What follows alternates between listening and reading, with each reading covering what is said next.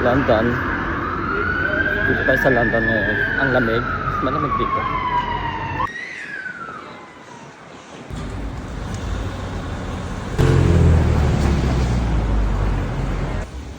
Dito tayo sa London.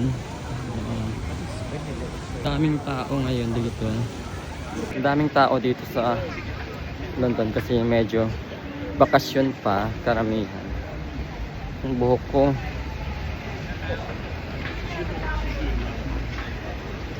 Yung Christmas tree na yan, regalo yan ng Norway. Parang pistek. Nagbigay lang ng Christmas tree yung payatot. Christmas market dito sa may Trafalgar Square. Busy. Itong Christmas market nila. Diba? Mga German sausage. Roast pork at saka roast turkey. Mukhang masarap naman ito. Kakagutom. Special, it's not special, nice, isn't it? Masarap to. Natellas. Pupunta kami ng Chinatown kasi nagugutom na. Kakain ng kanin. Siyempre, pag nasa London, kanin. Nagutom na ako. Wala pa akong breakfast. Punta tayo sa Leicester Square. Maganda siguro ang trap. Christmas lights na yung paggabi. We're gonna have some tea, coffee. Puntahan natin yung escape. Pero hindi ako mag-i-escape. Oh, well, we can see it. Ito pala. Oh my God. Yung yellow, gastong gaspang. Hindi maganda. Cheap. I'll take you now. Pangit. Mum, what's Maganda Muffy? yung sa dati. Oh my What's God. Muffy? Malakla yung sa dun. What's Muffy?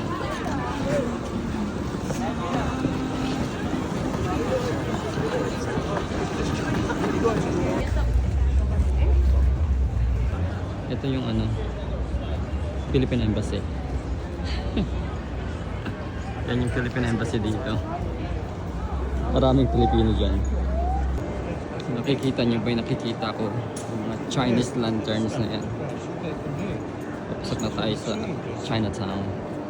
Ito na yung kanin.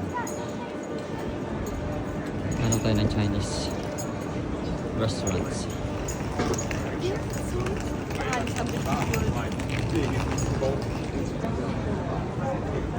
Malit yung gate nila.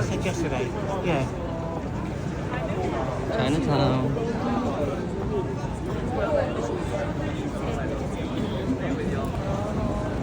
BC, Chinatown.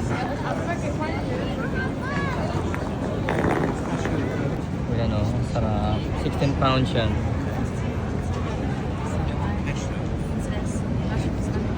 A lot of choices. So, dito kami kain. Ang masarap. I got cash. Ito yung lugar na West End na sinasabi. Dito yung maraming mga theater shows. So ito, Les Miserables. Napanood ko na yan. Yung katabi niya, Oliver. Ito sa harapan. Tapos meron din doon. So sunod-sunod dito mga theaters para sa mga shows. Parang Broadway, kakumba sa New York. So West End naman pag sa UK.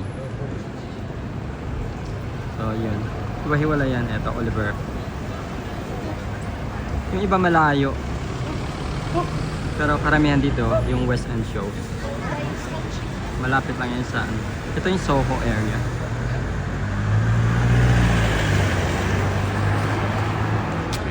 Yeah. So nandun isa pa, The Book of Mormon, another theaters. Karamihan dito. Ito yung sa likod ko, yung mga big screen.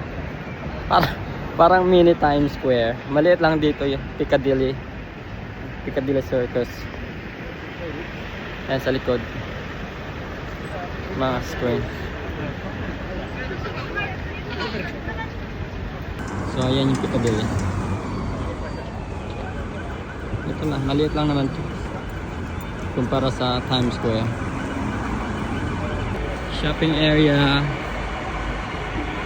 Regent Street. Maganda to, yung mga ilaw dito mamayang gabi. Yung mga angels.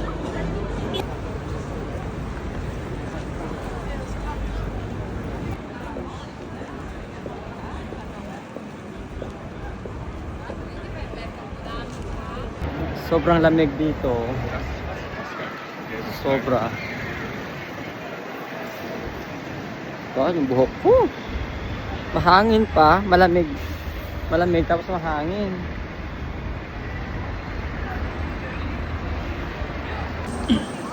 Kahit anong araw, punuan talaga dito. Laging busy itong Regent Street, then leading to Oxford Street. Yung shopping area din.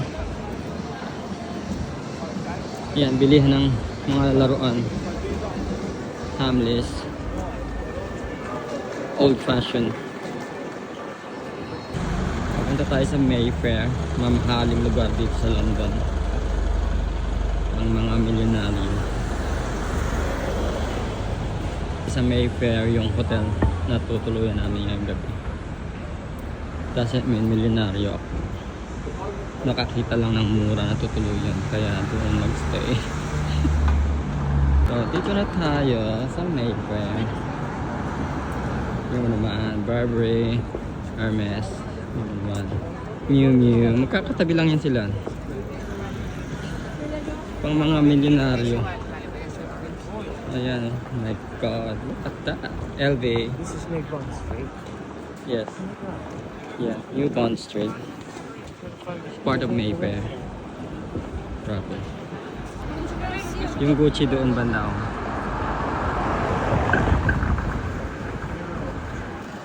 Yung Chanel, yan oh. Ang ganda ng ng Chanel ah. Decorations. Katabi ng Chanel yung Dior. Grabe, mamahalin ng mga Dior. Ito LV. Halos magkakaharap lang naman sila.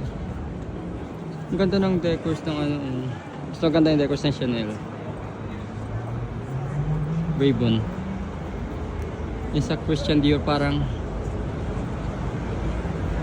broccoli. Sino nag-design yan? Parang broccoli siya. I never owned such things. Ito yung gusto ko. Yan, yung Patek Philippe. Yan yung mahal. Super mahal yan.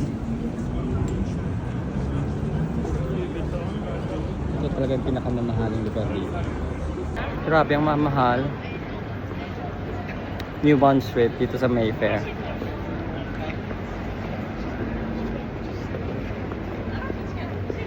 Alright, hanap na kami ng hotel. Hindi ko pa nakita yung hotel. Alas 3 kasi yung check-in. Daming shops. Ito